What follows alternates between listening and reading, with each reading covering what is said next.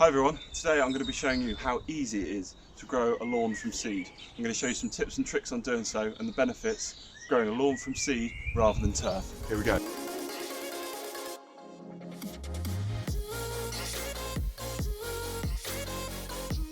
First of all, is it the right time? Best time to be doing this is early autumn or late spring, depending on your weather conditions at the time, rainfall and geographical location. What's the area you want to lawn? You need to measure it out and work out how much seed is needed. Once you've worked out how much seed is needed, you need to choose a variety of seed.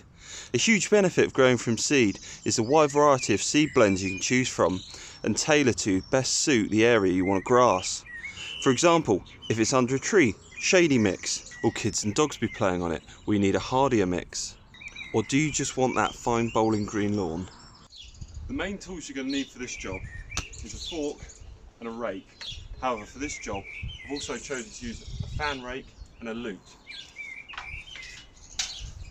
So this is your lute, and this is your fan rake. It's also quite nice to just till over the top with this, just to give it that extra crumble after compaction.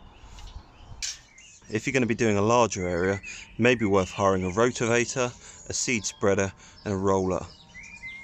Now to get started with the job. Clear the area, removing all plants and debris. As you can see, I've already cleared this area. Here's a few photos of what it looked like before.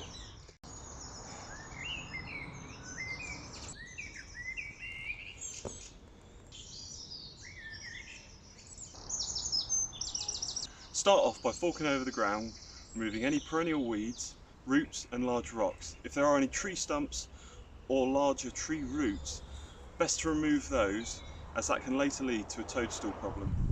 When doing this, you don't want to go any deeper than a spit, which is effectively a fork's depth. Otherwise you'll mix your nutritious topsoil with the subsoil below.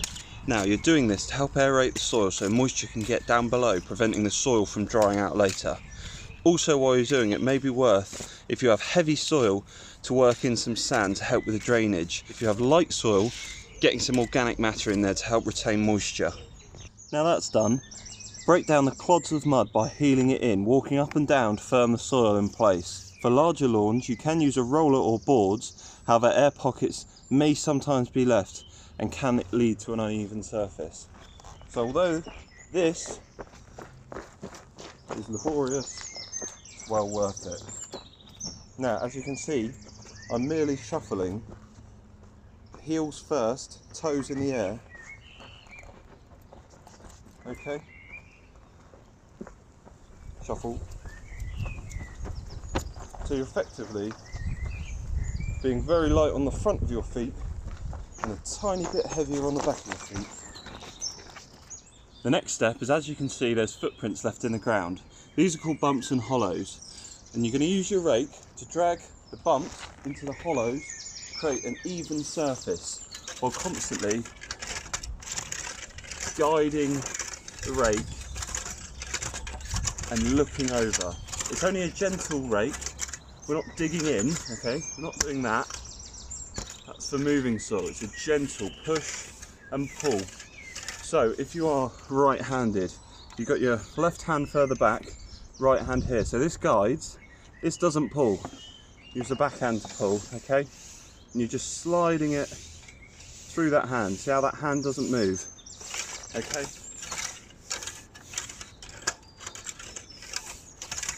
That'll give you a nicer finish.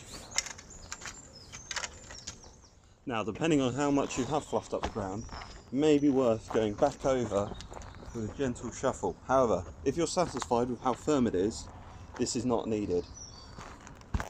What I sometimes do is a gentle shuffle, a bit more of a faster paced one than the previous, and then go over with your fan rake because it creates less of an impact than the larger landscaping rake.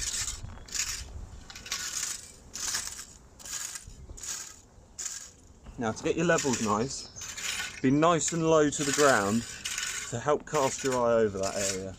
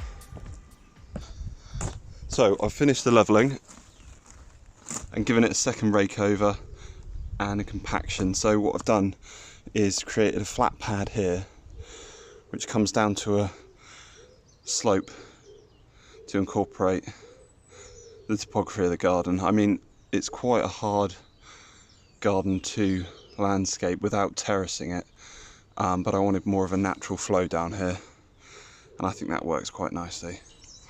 And I've got these steps which have got these Acco pads in, which I will seed. The problem with just having stones as steps is it'll make this area feel a lot smaller, so by having this as grass as well, it feels like a lot larger area. I think it's just a bit softer and nicer, to be honest.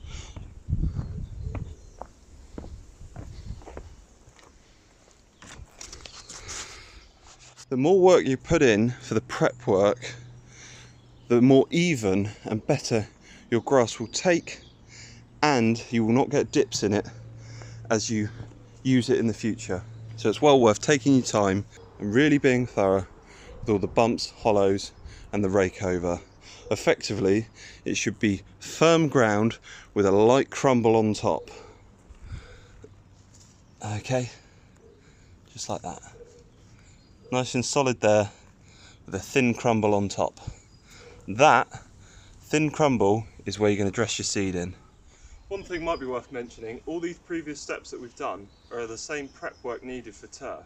So, thinking about the benefits of grass seed over turf, you've got the cost of the actual turf is extortionate in comparison to the seed, and the prep work's the same, so the labour's the exact same. So this should come with every bag of seed really. It's the information pack. So it tells you the label number, the type of mixture it is, okay? So that could be for paddock grass, so that would be more agricultural rather than amenity use. Okay, it's got the year and month of sealed. So I bought this 2 weeks ago approximately, so that would bring middle of March, so it was sealed a couple of weeks before that. So yeah, I'm happy with that. It tells you the weight and then the amenity mixture, which is 50% dwarf amenity ryegrass and 50% strong creeping fescue. Always double check your label before opening it, just in case you need to send it back because it's the wrong mixture for you. Also worth mentioning is the actual label number. You want the numbers to effectively be one after the other or that of a similar nature, so then you know they're from the same batch. Little trick for opening your bag seed. As you can see, it's got this machine seam along the top there. So it has a top and a tail effectively. What you want to do is get this seam on your left hand side. Okay, let me just flip it over there. So the single seam should be on the left hand side. And can you see that's like a double loop seam? That should be on your right hand side. That leaves this little cord here. Okay, now what we want to do is undo the first couple loops. Ooh, that loop. You've got to have little fingers.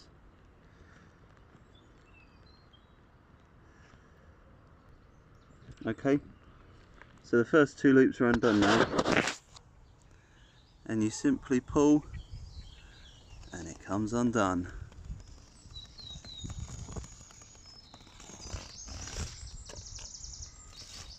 And then you can reuse the bag. Lovely. So I've got my scales on a nice level surface. Got a little container here which weighs 57 grams. Okay, my seeding density is 35 grams per square metre. So if I measure 35 grams here, so if I roughly get 35 grams, that's bang on. So that's bang on 35 grams in there. So I know that is going to be my planting density for a metre. So that's my square metre and that's my seed.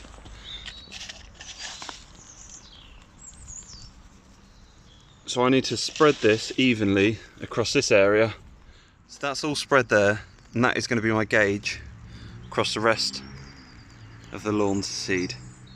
So I'm not going to measure out every square metre because I can roughly gauge that by this visual. That's the density we're going to go for. Now you've got to make sure your seeding density is correct to the packet. If you overseed, it can be too dense and the grass will damp off where it rots and becomes disease. Underseeding will leave it bare and patchy, which is not desirable and will need to be overseeded in the coming autumn. However, don't overthink it. It is just putting seed down, and any mistakes made can be adjusted in the future. The best way to seed by hand is to grab a clump of seed, and as you flick your wrist to throw, let go of a finger. 1, 2, 3, and that will give you an even distribution rather than letting go of all the seed at once. Make sure it's a nice still day and not too windy. If it is a little bit windy, throw your seed lower to the ground or else it will go everywhere. Right, let's get seeding.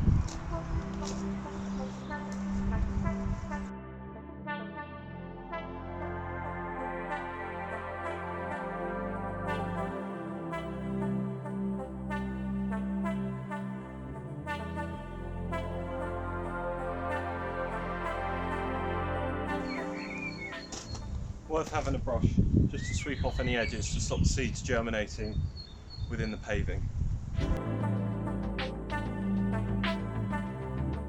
First thing I like to do as well is go around the perimeter doing the edges, and instead of using that flick motion that I've described, I gently grasp the seed and slowly release my hand while shaking it to create the seed to fall out gently along the edges, nice and low to the ground.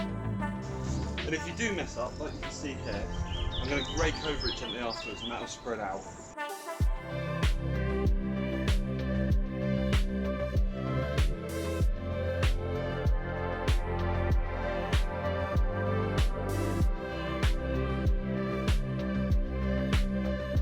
Now it's seeded, give it one very gentle final rake over so the seeds are slightly covered. Now as you can see on these grates, I've left the soil a little bit shy and dressed it with seed, but what I'm going to do is screed some soil over the top of that. Here's some that I've already screeded, so it's a nice fine mix there, which is absolutely lovely. So this is pretty much what you'd buy in the shops as normal topsoil, whereas I've just used this to create that here. I only want a light sprinkling on here, so sometimes the best thing you can use is a brush.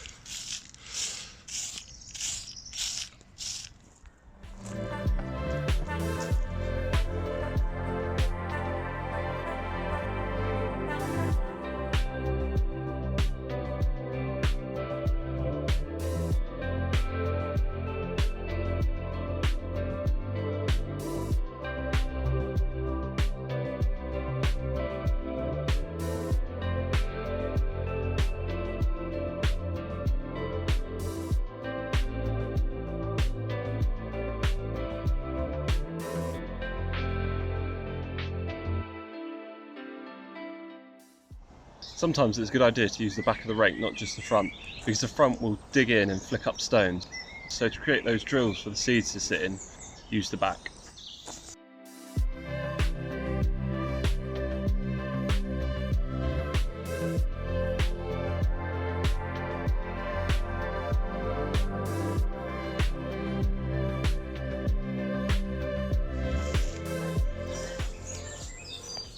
Okay, that's all done now.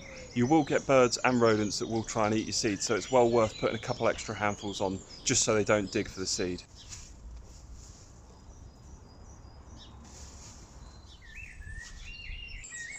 Now the final thing you need to do is remember to water.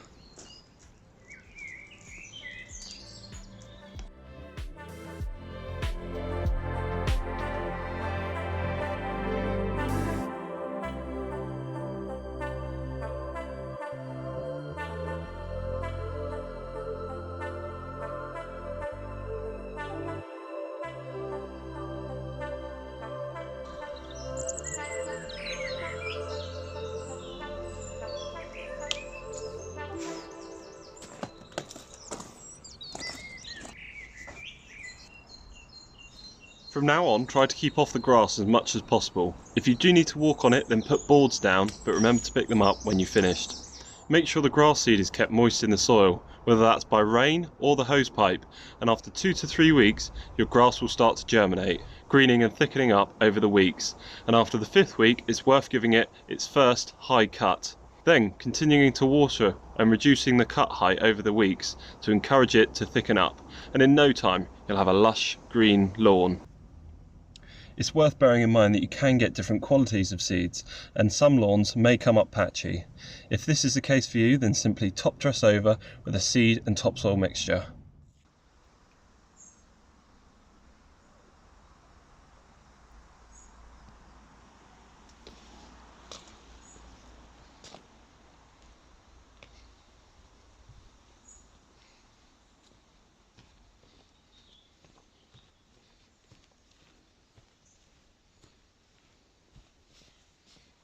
That's it for this video. Hope you found it useful and entertaining. If you did, don't forget to like, consider subscribing, and get chatting to me in the comments below. I'll catch you on the next one. Cheers.